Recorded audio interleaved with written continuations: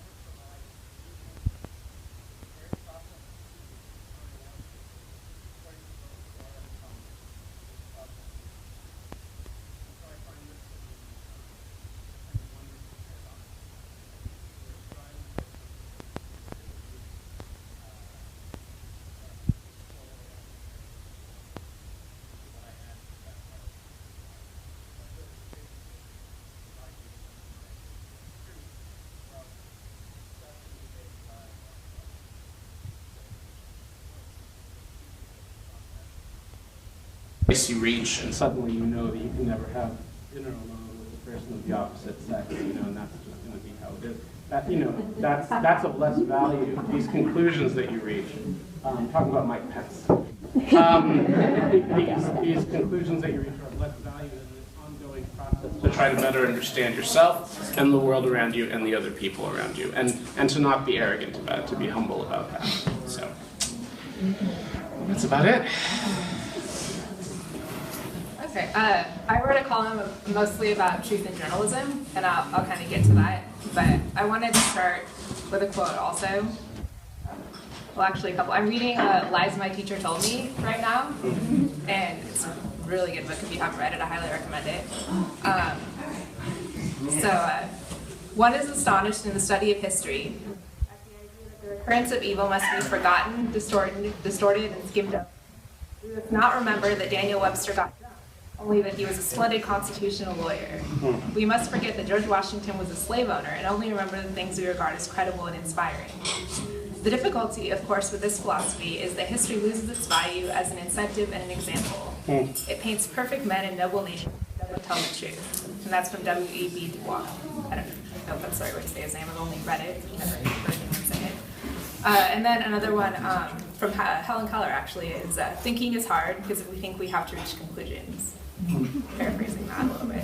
So I think in both of those, we like to search for absolute truth in some kind of scriptural text or just in some way that we live our lives, like Neil was saying with the kind of lunch rule. I think a lot of us have rules like that. Well, I only do this, I never do that.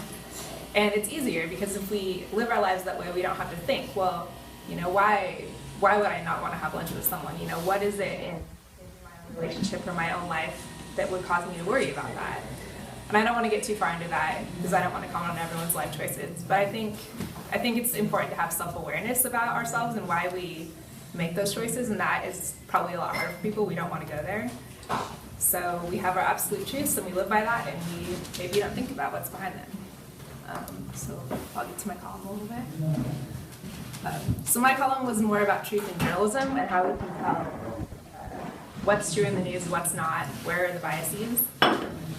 The truth is that there is no unbiased journalist and no unbiased writer. So I'm going to just put that out there right now. If you're hoping to find a truly unbiased news source, it does not exist. And there are some that are probably there's some that are probably worse than others that are not credible or less credible. But the truth is, even a really well-qualified journalist writing for the New York Times or the Wall Street Journal is going to be biased because they're a person writing the article. So they're going to decide who to call to get quotes, who not to call, what order to put them in. So you only read maybe the first half of the article a lot of the time. If you read the first set of quotes, you're not going to read them down to the end. They're going to decide, well, actually, copy editors usually decide this, what headline to put on it. That can change the whole slant of the piece. So I think a lot of journalists try very hard, and I went to journalism school, so most of us do try not to write biased pieces. There's a lot that goes into this. The internet is a place that is mostly about money now, selling ads, selling stories, selling clicks. So I didn't put this in my article, but I'm reading a book called The Filter Bubble right now, and they talk about the most popular stories of the past few years, and they're something like, oh, they're just awful. I think the Seattle Times had one about a guy performing inappropriate acts with a horse, and that was the most popular story they'd ever had. Yeah, that was the story they told us in journalism school. And the point of that story is to say that the most important and vital news is not always what's popular, but editors usually need to try to sell also what's popular because they need ads and they need revenue. So when you're searching for truth, I think that's something important to remember. Is that what's at the most read list at the top or what's most shared is not always what's news, but it's still popular. The other thing I wanted to address is the filtered nature of our news feeds now, which is kind of a product of our own biases. So you could blame this all on Google and say Google and Facebook all have filters and you're only seeing part of the news. And that's kind of true. If I were to Google climate change, and a guy in Texas were to Google climate change, we're going to get different results because Google bases your search results based on what you've searched for in the past, what your browsing history is, what kind of Facebook friends you have. So I might see more left-leaning stories on Facebook because I have more left-leaning friends. If I don't go seek out people with different views and try to hear what they say, I'm not going to see those. So that's something to keep in mind. I guess the bottom line is there is, like Neil said, I believe there's no objective truth, but the answer is not to just try to edit out all the bad and try to find a feel-good version of history in the news. It's to seek a lot of different perspectives and to get an honest and inclusive version of the news and history. So talk to as many people as possible, look for different viewpoints, talk to friends, if you're liberal, talk to friends who are conservative, if you're conservative, talk to friends who are liberal. Read a lot of different news sources, and be aware that when you start your search, you're going to get a limited set of answers. That's something I wasn't totally aware of before I started reading this book and searching more into the Google filter things, but that's all I've got. Yeah, I don't know if I want to go, but am I third, or is, Yeah. You are? I am. Yes, Doing du toi. my article, I'll start there, and I won't necessarily end it. My article was expressing some concern about the possibility that we'd enter into what's called a post-factual era, in which the issue was no longer to determine what was actually true, but only to create stories that people are likely to believe is true. That concerned me, and I thought, wow, that's totally different than the way life generally used to be. Even in mythological ages, such as those that produced all of the texts, all of the holy texts that every religion now uses, they were written from the point of view of eliciting the truth about relationships, the truth about God, the truth about life, the truth about humanity, and so forth. No serious scholar that I know outside of the absolute literalist fundamentalist schools actually believes that the second and third chapters of Genesis are a history, a story of something that actually happened. It's simply, first of all, not possible. But second, nobody would have asked that question when that story was written. That's not a question they would have asked. I'm going to read this in order to find out what happened to Adam and Eve. That's really not a question that people would have asked then. They read this story to find out about how is humanity? What are we like? How do we explain ourselves to ourselves? And that story in some regards says we're kind of a mystery, but it also exposes something fundamentally true about us, that we really are somewhat ashamed and somewhat fearful about being limited. And we all want to be like God, and we can't, and that produces shame and fear. And exile from our own best selves. So that story is absolutely true, but it's not historical. And most of our holy texts of Judaism, the Christian supplement to the Hebrew Bible, I don't know much about the Quran, but I dare say at least some of the Quran is going to be like that too. I don't know, although it was written much later than any part of the Bible. In any case, that was my argument, that we've always been terribly concerned about truth, even in an era prior to science and prior to the study of history, as it is in its modern sense. We've always been concerned about the truth, so I expressed some dismay about the possibility that we're entering into an era in which no one really is concerned primarily about the truth anymore. The way I've modified that perspective is, upon further consideration, I don't think this era is any more post-factual than any other era. The difference is that there's so much more access through social media and other types of outlets. We are just as interested in truth as we ever were, and we are just as interested in spinning and lies and distortions as we ever were. And so, just the differences were all of it is more readily accessible. And so I'm no longer concerned that we've entered a post-factual era. I am concerned about the ability of social media and the multiplicity of outlets to create more rather than less confusion, to distort rather than clarify. I am concerned about that. But fundamentally, I don't think. So the difference to me is quantitative rather than qualitative between this era and others. In terms of the larger question of is there truth? Is there any absolute truth? Both these folks have suggested perhaps not, or at least none that we can actually get to. And I'm inclined to agree with that, with this exception. And it's I arrived at this a long time ago in sort of a Cartesian fashion. Remember, Rene Descartes wanted to know if you could know anything. He wanted to kind of find the origins, the fundamental basis of epistemology in general. How do we know anything? And he doubted and doubted and doubted and doubted and doubted and doubted and doubted. Finally down to a single fact. He says, I know there is doubt. I know that I doubt. That is indisputable. That is true. And from there, he actually built a rather marvelous edifice, epistemological edifice, from that very modest foundation. I do the same thing with truth, as a matter of fact. I wonder, how do we get to the truth? And I share the same kind of confusion and wonder and so forth as both of the other panelists. But both of them said something that seems to me irreducible in the same way that doubt itself is irreducible, which is that there is something fundamentally wrong and untruthful about the suppression of other people, the dehumanization of other people, the refusal to allow other people to live, even at times it gets that bad. The actual genocidal tendencies that can result from certain sorts of perspectives. And if it is true that we need to allow each other space to live, if that is in fact true, then all of those perspectives which refuse to allow that are, by definition, false and unhuman. So I don't know that I can distinguish further than that about what truth is. But I know it's true that we are called, and I believe it's true absolutely, that we are called to provide space for each other. And that the fact that I may not attempt to suppress you, or you for that matter, the fact that I know that I may not do that means I believe something is true, and I believe it's true absolutely. And I can't go necessarily beyond that, but I do believe that is true. And therefore, I have this very slim way to critique other philosophical, political, social perspectives. To the extent that they dehumanize others, they are false.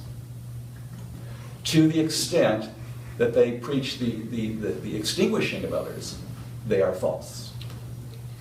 And I will apply that critique to any culture, any place, any time.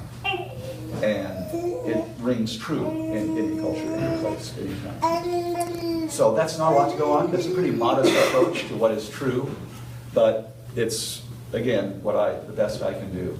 Because I agree with you, nobody writes without bias. Every single person has a slant. Every single culture. I cannot look at world history except as a citizen of the United States born in the middle of the England. I can't look at it any other way. It is impossible for me to do. No matter how much I read, I can't look at it in any other way. But I can critique that. I am able to critique my view and find it wanting in some ways. And that's the way in which I find it wanting. When my perspective on me and my country dehumanizes others, now I know it's false. I've done something wrong. The same way that when National Socialism in Germany critiqued others and found them subhuman and unworthy to live, now we know something went wrong with the German view, if you want to generalize that way, with the National Socialist view of its own history and its position in the world. We know something went wrong. And we have a way to critique it that I believe was true, a true critique. So that's really all I want to, that's all we're going. Fairly modest. Well said. Well, I guess you all noticed that there's a common thread here. Everybody seems to agree that there is no specific version of the truth. There is no specific truth that everybody can agree to and say that this is the truth. Here's the truth. It's spring. I put on these clothes this morning, and I put on open-toed sandals thinking, I'm going to show off my pretty blue-colored nails. And I stepped out of the door, and it's like, oh my God, I'm freezing. So, got here, and of course, fact is, we all grow up in with different beliefs. We've all grown up in different parts of the world. We all have different heritage. We're all here. We're an amalgamation of different areas that we come from, and that this is what makes us special. I think because we can have this kind of dialogue and this kind of conversation, and we can, think about what is truth. And truth, fact is, I don't know what is the truth. I thought, okay, let me enlighten myself. And Tracy said, go, would you write about this, or I need some panelists. And I said, sure, I'll do it. I thought, oh, fantastic. And I have a half-baked idea of what I think is the truth. And, it'll be great. I can talk about it and expand on that subject. And yeah. And then the time got nearer, and she said, will you write something for me? And of course, then I sat down, like, okay, let me think about this a little bit more coherently. And, I said, okay, let me read up a little bit about it. And of course, found out that somebody said, it's exclusive. There is nothing except truth. But what is the truth? Okay, it's a belief. If you believe in something, that's the truth. Then somebody said, no, if it's a fact, it's the truth. So it's spring. Is it true it's spring? Is it? It is true. The fact is, it is spring Not because in the Arctic, not in the Antarctic. it isn't. Exactly. So Yeah, truth it's is summer. relative, truth is subjective, truth is a point of belief, truth is how you feel about it, how you feel about the truth, how you grow up with it, how you are taught about certain things. And that's the realization we all come to, is that, fine, I grew up in Pakistan. I was born in Karachi, raised there. In the 70s, we were going out and about, and alcohol was freely available. There was no such thing as, okay, you have to have a card, and you have to be a certain age to ask for alcohol. I was with a group of friends. We all went out partying one night. Partying didn't mean drugs and alcohol and sex necessarily in that order. It just meant that you went out with a group of friends, and you went to either dancing, or you just ended up somewhere and hung out and talked with people, and then went to the beach or something, and then came home. It could be 4 o'clock in the morning. My dad and my mom laid down the law in the sense that it said, give me a time, what time will you be home, and don't be a minute late after that. That's all they asked of me. We didn't have cell phones then. So there was no, thing about, like, it's the 70s, and this is way back when. So it was a more simplistic culture. The truth now, today, if you go to Pakistan and Karachi, you leave in the morning, you don't know if you're coming back home today or not. That is the truth. But on the other hand, we have weddings, we have ceremonies, we have all kinds of festivities. People will say, oh, what rubbish, you don't know what you're talking about. And then there'll be other people who understand the reality of the fact that, you leave in the morning, you don't know if you're coming home, because you might have a bomb blast in one part of the city, and you may have just been passing there, but that was your time to go, therefore you went.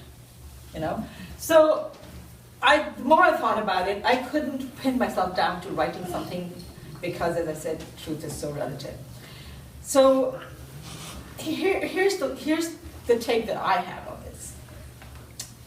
I've lived and worked and studied on 4 different continents, so I have a perspective that people, every situation, every belief is true in what they believe. That's the belief that they have. The volcano is predominant. It's the giver of life and the taker of life. That is my God. Do I have the right to judge and say, that is not true, you are not right? Somebody says, this is my world, and it's flat, and therefore the world is flat. Do I have the right to tell them, no, that is not true? I can educate them and show them models and show them pictures of, that were taken out from space, showing this beautiful blue globe and green globe, and we live on it, and this is where we are in relative distance to everybody else, and this is where you are, and this is what that life is out there. And I swear to you, I had this conversation with a young man who worked for my parents for 25 years. He gets a pension. My parents are gone, but guess who's paying the pension? Is me and my brothers and sisters, because he was a retainer. He worked for us, and even though I think he's like 5 or 6 years younger than I am. But I had this conversation with him, and I explained to him, this is the Earth. This is where it is in the universe. There are these 7 planets or 8 planets, because we don't have Pluto anymore or whatever it is. Things changed. See, and that's another truth that changed, because it was your belief, and then scientific facts came out, and then we said, no, it's not a planet anymore. So then that truth changed. So it is all relative. And so when I explained this to this young man, and he was listening to me wide-eyed, and he calls me Baji, and which means older sister, so he's, Baji, that can't be true. How can there be galaxies? Where are we? And so then I could see that I had, put him on a spot where I'd only given him a certain amount of information, and he didn't have anything more to go on.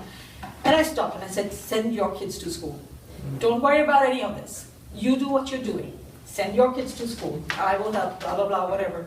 But the point is, his kids are now educated. One of them is training to be a nurse. The other one. So they're in a different, and I don't know if I did the right thing, because now they don't respect their dad. Mm-hmm. So you know what I'm saying? They don't hold his values to be the truth anymore. So it is so relative, it is so subjective, it is so what you believe, and do you really want to change the status quo? So in the 70s again, when I was living in Pakistan, the predominant threat at the time was, oh, the Russians are going to come over and take over everything. And so of course we befriended America more so than we had the need to, I suppose, or that's just my opinion. Don't get me wrong, I'm an American, I'm here, I love Americans. But the point is, that was the sentiment growing up, you know, because that's the common opinion on the street that, okay, why do we need to do this, you know? And of course, there was the ambassador's wife who took a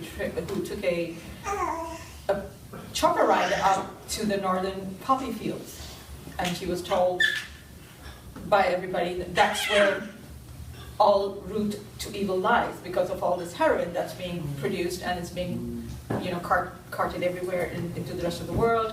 And whether these are Afghanis or they're Pakistanis or they're whatever it is, you know, there's a lot of tribal affiliations there. So it's very complicated, that whole area. That's the reason why there is so much conflict down there anyway, because there's no governance, not real governance, and that's not the truth, or my version of it. But, you know, like a government official might tell you something different. But the point is, I mean, yeah, we have a border, right? But, I mean, Osama bin Laden had sat out there for like yonks, and nobody knew where to find him, because there's so much, that terrain is such that it is mountainous, and he was found eventually in this huge compound with a built-up wall. Guess what? All of us have huge compounds with built-up walls in the north, in my part of the world. So, you know, when she went up there and she looked at all these poppy fields and she talked to all the village elders, and she said, why are you doing this? And she was told, because we need the money, because there's no water here, there's no schools here, there's no hospitals here. Our children don't have any way of getting ahead in the world. And this is we have no food. We can't. The terrain is such we can't grow food. So this is the only thing that grows here. We're growing it, and it makes us tons of money. We're going to continue to do it. So she says, well, what if I gave you the money to, you know, you don't grow the fields, don't grow the poppy, don't make the heroin, don't sell it, and I will give you the money. And they said, great, that's even wonderful. You know, what else can you help us with? And so she promised a lot of different things. And of course, she came back, and the State Department came down on them all and said, you can't make a promise like that. How much money can you give? You know, how many of them are you going to be able to take care of? There's so many villages, and other villagers will come there and say, well, you're doing this for so-and-so, why aren't you doing this for us? Give us the money too. There's only so much you can do. Creates a bad vibe, creates an impression of, oh, the promises weren't kept. We weren't, there was no deliverance on, or a delivery of whatever we were promised. So that's their version of the truth. They got annoyed, they got upset. We heard a lot about it back where I was living. And so there was always this whole unease of like, what's gonna happen next, what's gonna happen next, you know? And then of course, time went on, things happened. And I remember, I was a stewardess with British Airways for 14 years, and my youngest brother, he was working in air traffic control, and I was on a flight. I was in Kuwait at the time when we found out that, you know, the United States had bombed Afghanistan and going over Pakistani airspace. I got intrigued, and I called my brother and I said, did you guys know anything about this beforehand? Because it said that nobody knew. Everybody in the newspapers is saying that we didn't know anything about it. Nobody knows anything about it. How could it have happened without prior knowledge of the Pakistani government? They must have cleared air traffic in that area for the missiles to go through, so on and so forth. So again, versions of truth. What do you know? Who knows? And he said, yep, we had instructions to clear air traffic space, and there was no flights in that area. We were blocked off, there was radio silence, there was nothing going on at that time, and we wondered what was happening, and the next thing we knew, you know, that certain areas in Afghanistan had been bombed. You know, so Pakistani people got upset. It was like, this is a violation. How can you use us for this? Then the government said, it's okay, we allowed them, but don't tell anybody. So there are these versions of truth. You know, when we talk about all these different things, what is the truth? Jesus was asked that, wasn't given the chance to answer. We believe in Jesus Christ as a prophet. In the Quran, there is a directive to go out and find knowledge, make yourself acquainted, with whatever there is out there. It is incumbent upon us as Muslims to go out and seek knowledge and to make changes according to what we believe. And yeah, I'm sitting here in the United States today, and I believe certain things are true because this is what I hear, this is what my social circle is, this is how I'm being brought up, or my son is being brought up, he's 16. And he's declared himself atheist. Because he says, this is all rubbish. I don't believe in this. Science can prove everything, so there is no God. Is that the truth? For him it is, right? And he has the right to that knowledge. He may change his mind as he grows older. He may learn other things, and he may experience other things. And that is what is incumbent upon us as Muslims, according to the Quran. Go out, seek knowledge, educate yourself. And does not give anybody the right to say, to be judgmental, to say that you are wrong, or that you're wrong, or that you're wrong. That is my belief.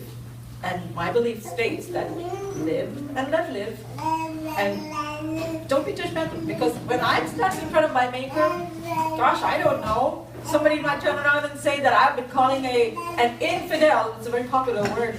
You read about all these people, and then they use the word infidel. I don't even know what the word means, infidel. Honestly, I've tried to find the proper meaning of it. Somebody who doesn't believe in God. So if you believe in God, you're not an infidel. So how can you end up calling somebody an infidel? So that's being judgmental. So when I stand in front of my maker on that day, and I haven't taken the trouble to educate myself, I haven't gone and sought knowledge, I haven't gone to every corner of the earth and found everybody's beliefs, and yet I sit in judgment and say they're wrong and I'm right.